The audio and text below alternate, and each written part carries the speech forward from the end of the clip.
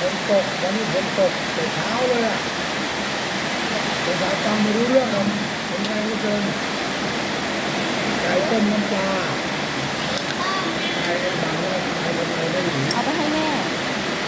ยำวุ้นเส้น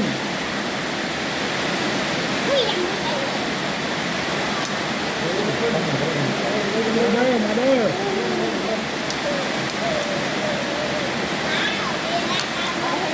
ผมอย่างแรงเลยอ่ะ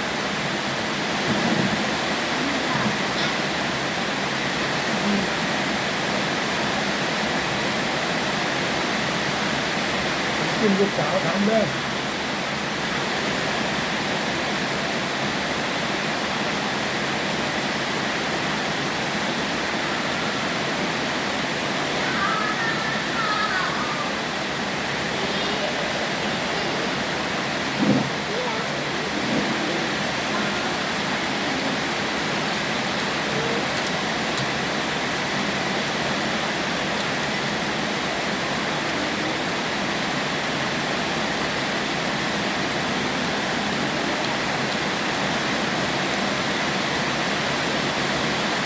ยำวุ้นเส้น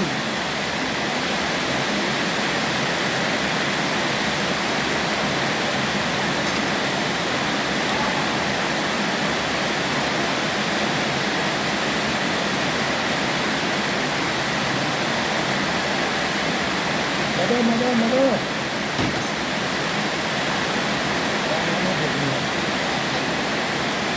ดูร้องว่าเราร้องไหม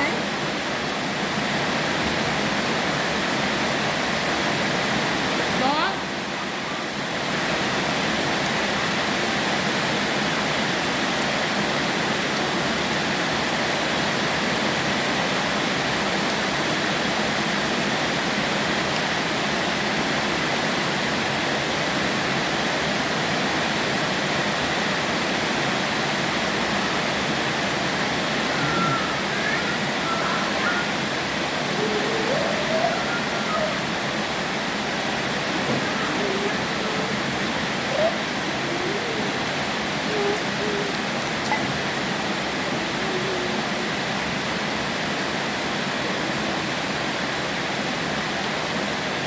ดู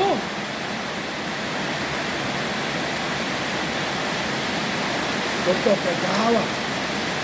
ยังเราไม่รู้เรื่องเลยโก้ไปได้ดิ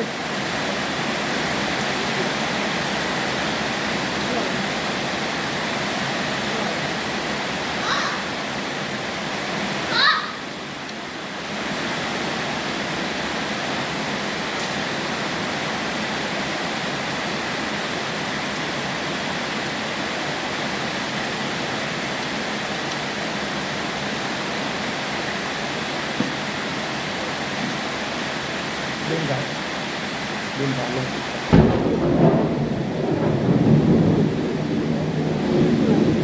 ขอจะถ่ายอย่างนี้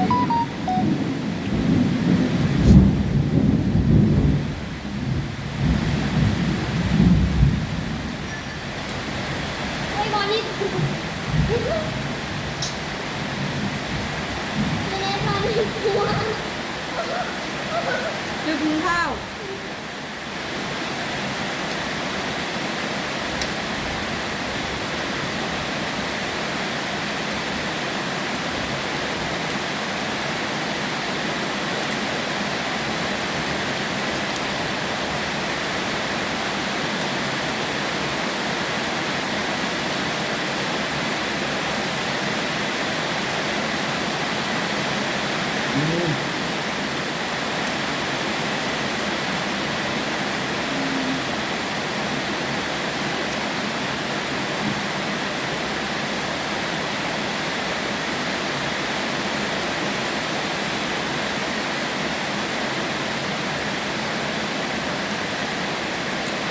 โก้ไป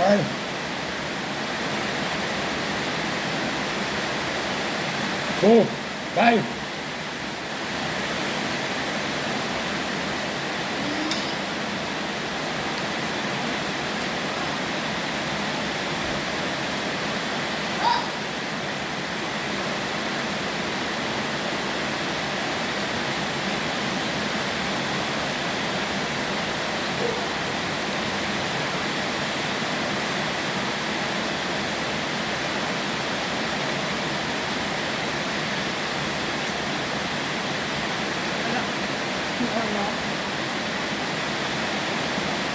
อร่อยด้วยพี่น้องฝนตกแรงไปหน่อย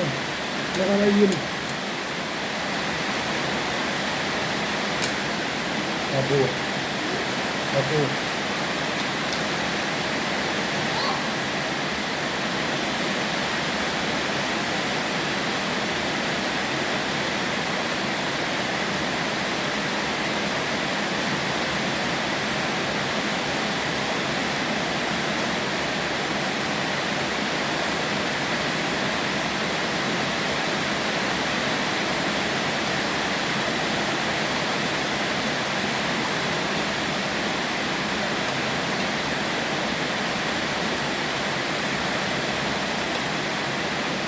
เมื่อวานทำเกิดเลยไม่ได้ตาย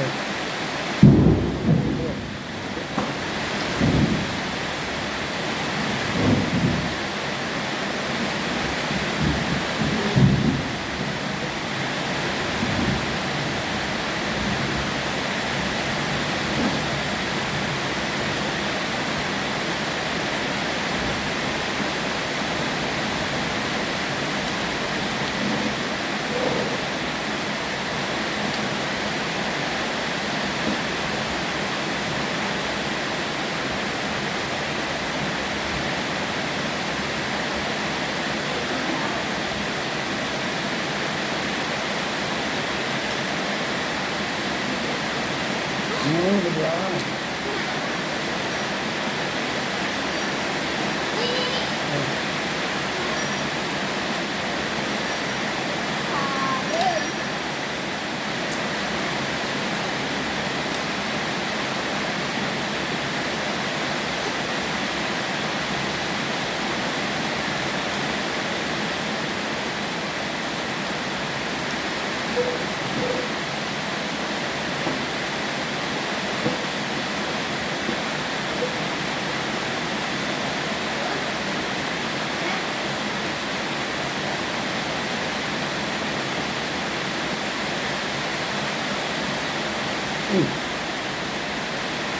อร่อย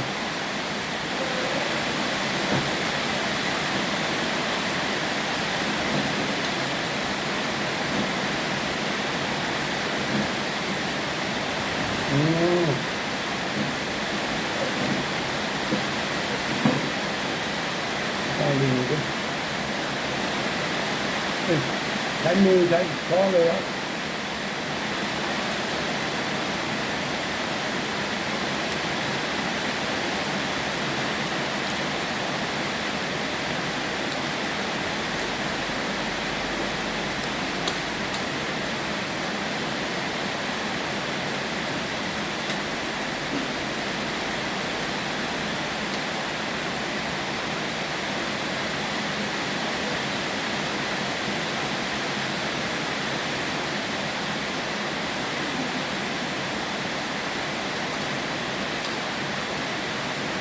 ความมืดเลยครับ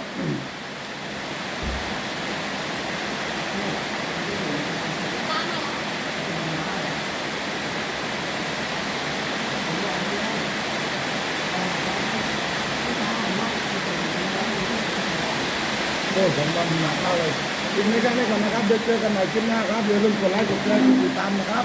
ตานิดเทอร์โรชาแนลสวัสดีครับ